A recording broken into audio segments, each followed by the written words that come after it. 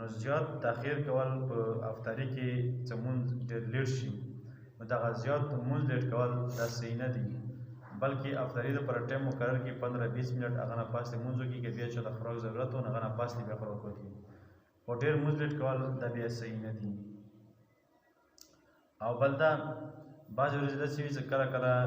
لکه دا اصل کې نن سبا خو ټایمونه دي خو مخکې د هغه کې دا طریقه وه چې کله غروب وشي یعنې د نور سترګه چې دغه غیب شي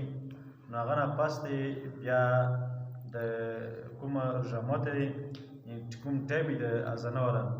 نو هغه نه کې بیا یو څو منټه لیټ کول پکار وي یا نن سبا هم دا طریقه دی چې کله د اذانونو وغیره پته نه لګېږي چاته ونه لګېږي نو بیا دا طریقه کول پکار دی چې کوم ټایم وي مطلب لکه نن سبا چې 38 یا چې 40 چې 36 باندې اذان کېږي نو مثال اوس اذان چې ونه اورېدل نو هغه دپاره بیا دا طریقه دی چې مثال هغه بیا د 3 یا 4 منټه کوم د مخکې ورځې ټایم هغه نه به لیټ روژه ماته کړي او بل دا یو مسله احسن الفتاوا ذکر کړې دی جلد 1 صفحه نمبر 371 باندې وی بعضې ځایونو کې دغه رواج او طریقه وي چې یو سړی یو ماشوم وي هغه چې کله پیله کول د روژو لوي هغه نو بیا افطاري کې هغه دپاره ډېر تیاری وشي او همدارنګې بیا دوستان وغیره راغواړي او دې کوم څه هغه کړی وي اول روژه وي د کوم کس سره بیا دې د غاړې ته اور وغیره سیره ورته وشي لہذا احسن الفتاوا دا ذکر کړی دی او دا یې لیکلي دي چې دا طریقه صحیح نه دی او بدعت کې رسي او دې سره ګناه دی دا طریقه به نه کوي او بله مسله دا چې ډېر کې خلک دغه ثواب ګڼي چې یاره د روژه څه دی روژه ماتول دا په مالګې سره ماتول ټول نه زیات ثواب دی نه بلکې روژه مالګې سره ماتول ډېر زیات ثواب نه دی خو دا عقیده ساتل دا صحیح نه دی او غلطه طریقه دی بلکې نبی کریم صلی الله علیه وسلم څو هغه څه روژه ماتولی نو هغه به په خپله باندې کجورو سره یا په اوبو سره روژه ماتولی او همدغه سنت هم دی سړی کجورو سره روژه ماته کړي یا په اوبو سره ماته کړي نور شیانو سره یې ماتولی شي خو نور شیانو کې ثواب ګڼل وغیره دا صحیح نه دي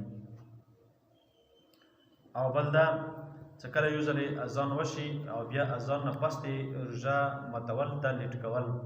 دا بیا سینې د مکروهوالو کې راځي ښه پوهېږئ چې ټایم هم داخل شوی دی اذان وشو هغه نه پس دې بیا هم څوک روژه لیټ کوي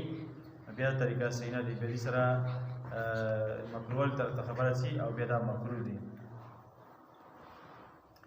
او بل مؤذن چې اذان کوم کوي که نه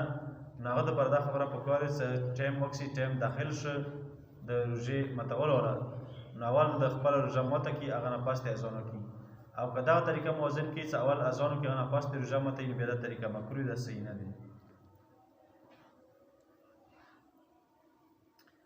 او بل روژه چې د کجورې سره یا جوارې سره یا شردو سره یا بل خواږه شي سره روژه ماتول دغه طریقه ټولو کې زیاته بهتره دی خو موږ ذکر کړو چې نبي کریم صلی الله علیه وسلم چې د روژه ماتوله په اکثر اوبو سره او یا په کجورو سره او بل مدام ذکر کړو چې مالګې سره روژې ماتولو کې ثواب ګڼل دا طریقه صحیح نه دی او دا غلطه طریقه دی او بل دا بعضې مسافر داسې وي چې هغه سفر باندې روان وي خپلې علاقې نه لرې وي یو د هغه نه وغله چې لکه څوک هوایي جواز کې سفر کوي نو بیا د کوم علاقې باندې وي کوم ملک باندې وي بیا هغه کوم غوره ټایم وي هغه ټایم به معتبر وي هغه ټایم سره به روژه ماتوي بل ټایم سره به نه ماتوي چې خپل مثال لکه موږ پاکستان له خلک یا پاکستان ټایم د سره ګڼي نه بلکې کوم ملک ته داخل شي بس هغه ملک کوم ټایم وي هغه ټایم سره بیا روژه ماتول پکار وي او همدارنګې موږ د پاکستان کې بعضې علاقې ده چې څو منټه مخکې اذان کېږي ځانو کې او ځانو کې رسته کېږي نو چې کوم علاقې کې مسافر کوم ځای کې وي نو هغه علاقې ټایم سره به دا روژه ماتوي بل دا د افطاري دعا دا دی چې اللهم لک صمت وعلی رزقک افطرت دا یې دعا دی